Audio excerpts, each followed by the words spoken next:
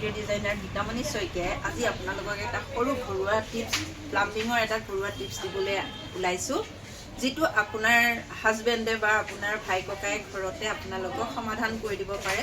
প্ৰায় আমাৰ পাকঘৰবিলাকত এনেকুৱা ধৰণৰ প্ৰব্লেম দেখা যায়, যিটোৰ কাৰণে প্লাম্বাৰক মাতিলেও প্লাম্বাৰ নাহে, কিন্তু ঘৰৰ মানুহজনে আপোনালোকক সেইখিনি সহায় কৰি দিব পাৰে। তাৰ এটা মই সৰু টিপছ দেখাবলৈ গৈ আছোঁ, আৰু এইটো বুজাই দিব মোৰ সহপাঠী। এইটো চাওক, এই পাইপটো জাম হৈছিল, যিটো বেচিনৰ পৰা আহিছে, এইটো আউটলেট হ'লে ইয়াতে ক'ৰবাত পাইপটো জাম হৈছে। হওঁতে আমি কি কৰিলোঁ, এই পাইপটো এই চোৱাতে কাটি পেলালোঁ। কাটি পিনে এইটো টানি উলিয়াই দিলোঁ। উলিয়াই দিয়াৰ পিছত ইয়াত যিবোৰ লেতেৰা আছিল সেইবোৰ আমি চফা কৰিলোঁ।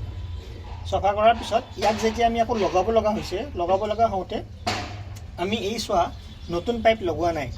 তাৰ বিকল্প হিচাপে কি কৰিছোঁ, সহজতে সমাধান হ'ব পৰাকৈ, যিহেতু এই জেগাটোতে কাটিছোঁ, গতিকে ইয়াত চুটি হোৱা নাই, কিন্তু ইয়াততো আৰু জইণ্ট মাৰিব পৰা নাযায় কাৰণে আমি কি কৰিলোঁ, এচোৱা পাইপ ল'লোঁ, প্ৰায় 3 ইঞ্চিমানৰ পাইপ। এই 3 ইঞ্চি পাইপটো আমি প্ৰথমতে কি কৰিলোঁ, তাৰ 50%, 3 ইঞ্চিৰ 50% আমি পাইপ কি কৰিছোঁ, অকণমান জুইত সেকি গৰম দি পিনে এই পাইপটোত এইফালৰ পৰা ভৰাই দিছোঁ।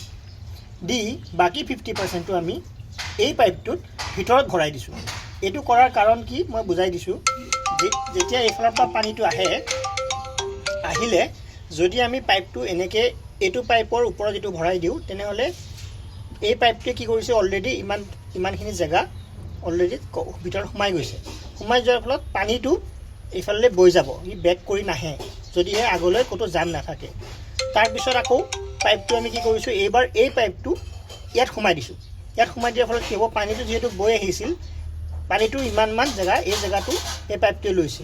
এই পাইপটো এইখিনি পাৰ হৈ যোৱাৰ পিছত পানীটো এইফালে বাগৰি যাব, বেক হৈ নাহে, যদিহে জাম নাথাকে। আৰু এই গোটেইখিনি কাম কৰিছোঁ ভৱিষ্যতলৈ এইটো চিন্তা কৰি, যাতে পাইপটো আকৌ আগলৈ বেয়া হ'লে খুলিব পাৰি। সেইকাৰণে আমি কি কৰিছোঁ, এইবাৰ এই জইণ্ট গোটেইকেইটাতে ক'তো আঠা বা এডেচিভ ইউজ কৰা নাই। এতিয়া আমি টানিলেই ওলাই আহে পাইপটো, এনেকৈ টানিলে এইফালৰ পৰা ওলাই আহিব, এইফালৰ পৰা টানিলে এইফালৰ পৰা ওলাই আহিব। গতিকে আমাক এইখিনি মাত্ৰ পাইপ লাগিছে আৰু সামান্য বুদ্ধি লাগিছে। এইখিনি হ'লে আপোনালোকে ঘৰতে এই কামটো কৰিব পাৰিব।